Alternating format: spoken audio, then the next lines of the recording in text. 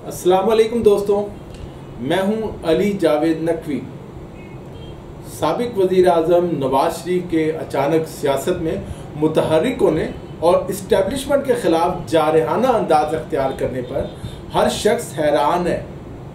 नवाज शरीफ ने लंदन जाने के बाद अज़ खुद खामोशी इख्तियार की हुई थी, लेकिन अब अचानक सियासत में मुतहर्रिक हो गए और जारहाना अंदाज अख्तियार किए। अब सवाल ये है कि इस्टेब्लिशमेंट के ख़िलाफ़ जारहाना अंदाज अख्तियार करने का फ़ैसला नवाज शरीफ ने खुद किया या इसके पीछे कोई और है। मेरा ज़ाती ख्याल है कि बग़ैर किसी यकीन दहानी के नवाज शरीफ इस तरह जारहाना अंदाज अख्तियार नहीं कर सकते। इसका सीधा सा मतलब मरियम नवाज समेत मुस्लिम लीग नून के दूसरे रहनुमाओं की गिरफ्तारी है। अब अगर कोई अंदरूनी और बैरूनी यकीन दहानी नहीं है तो नवाज शरीफ जैसे सियासतदान से इस सियासी गलती की तवक्का नहीं। मुझे ऐसा लग रहा है कि नवाज शरीफ को सऊदी अरब की हमायत मिल गई है। सऊदी अरब और मुत्तहदा अरब अमारात दोनों चाहते हैं कि पाकिस्तान उसके दायरा असर से ना निकले और ना तुर्की, मलेशिया, ईरान के साथ मिलकर मुस्लिम ममालिक का कोई ग्रुप बनाए।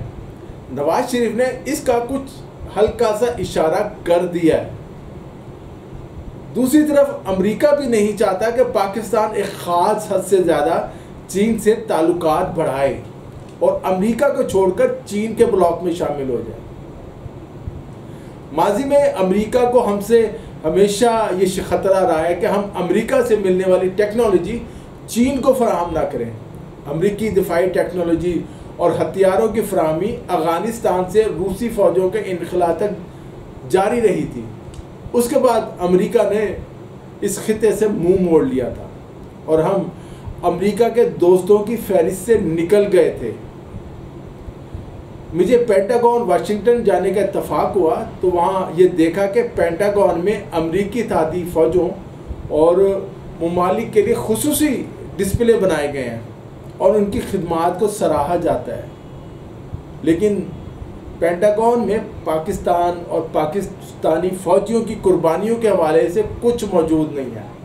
न पाकिस्तानी परचम मौजूद है, न पाकिस्तानी फ़ौजियों के वर्दी मौजूद है और न हमारे वहाँ एजाज़ात मौजूद हैं जिस तरह दूसरे मुल्कों के। बात हो रही थी नवाज शरीफ के पीछे कौन है, या वाकई नवाज शरीफ अज़ खुद मुज़ाहिमत का रास्ता अख्तियार कर रहे हैं। नवाज शरीफ की तरह मरियम नवाज का अंदाज भी जारहाना है। मुस्लिम लीग नून की सेंट्रल कमेटी के इजलास में भी नवाज शरीफ ने तमाम रहनुमाओं से इस बात की यकीन दहानी हासिल की कि वो नवाज शरीफ के मज़ाहमती बयानिए से पीछे नहीं हटेंगे। मुस्लिम लीग नून का सपोर्टर और वोटर एहतजाजी तहरीकों का आदी नहीं। अब देखते हैं नवाज शरीफ लंदन से कैसे अपने कारकुनों और मुकामी रहनुमाओं को मुतहर्रिक करते हैं और उन्हें सड़कों पर लाने में कामयाब होते हैं। ये भी सुनने में आ रहा है कि मौलाना फजल रहमान ने अफरादी कुव्वत फराहम करने की यकीन दहानी कराई है, यानी मदरसे के बच्चे जो दीनी तालीम हासिल कर रहे हैं वहाँ। अब जहाँ जहाँ जलसे और जलूस होंगे JUI के कारकुन हर अव्वल दस्ता होंगे।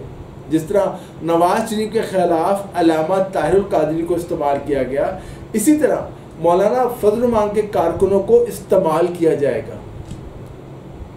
मेरे पास कोई सबूत तो नहीं कि नवाज शरीफ को सऊदी अरब या अमेरिका की हमायत मिल गई है और अब सियासत का मैदान गर्म होने वाला है।